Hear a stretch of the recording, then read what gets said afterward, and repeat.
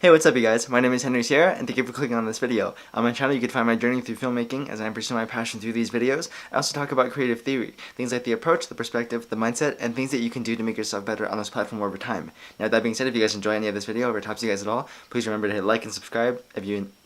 What? I just said that. Okay, let's just do this.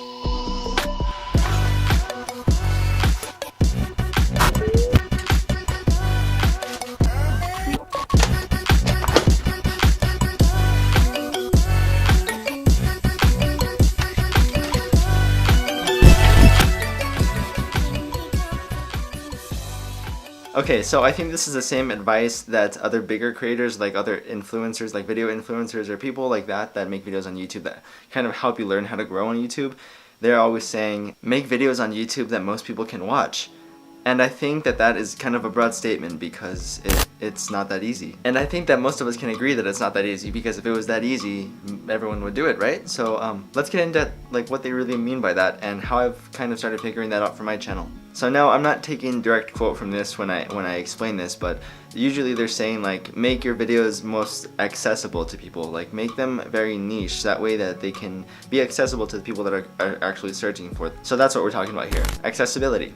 And how to achieve that with your specific kind of content. Okay, so here is how I make my videos most accessible to people, because there was a time where my videos were getting no views from any people that were new. It was just people that I knew that had subscribed or people that were kind of around my area that had subscribed, and I hadn't really had anyone from around the world yet that were finding my videos, but this is how I got that to happen. So as you guys know, as I have in my intro, and as I have this like branding everywhere, it's adapting creativity. So what I talk about is, well, this platform, which is digital media, or YouTube specifically for these videos, and I tell you guys my experiences, what I've learned over the course of like these 8+ years that I've been making films and posting them on YouTube, and kind of seeing how other creators grow and seeing the things that happens with them and seeing what it takes, seeing the kind of work that they put in, seeing the different content that they make. After watching for a long time, you learn a lot of things, and that is kind of what I'm saying in these videos that can help you guys have a sustainable, entertaining career as filmmakers on YouTube like I want and pursuing. Now when I put it that way, it's pretty broad. It's not really anything very specific that people would be searching for. I mean, there's things like how to gain more subscribers on YouTube, how to be a YouTuber in 2019, things like that, and I've made a couple of videos like that, but I still have my own creative twist on them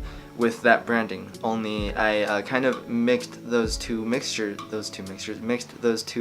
genres. I mixed them together in a way to where it still makes sense, and it's kind of it's appealing to my brand because of the long-term value that I can provide within my brand, because I want to make this thing last years, right? So I have to stick to the brand, but I also have to appeal to people that might be searching for certain terms. So as I'm scrolling through my channel here, you can see that earlier, a few months ago, when I had created this brand, or when I had started just kind of its early steps, it's still in its early steps, but when I had kind of found my footing into what I wanted to create more so, I was using completely different thumbnails, I was using completely different titles, I was using very philosophical sounding titles because that's how I was thinking about these videos and the message that I wanted to send.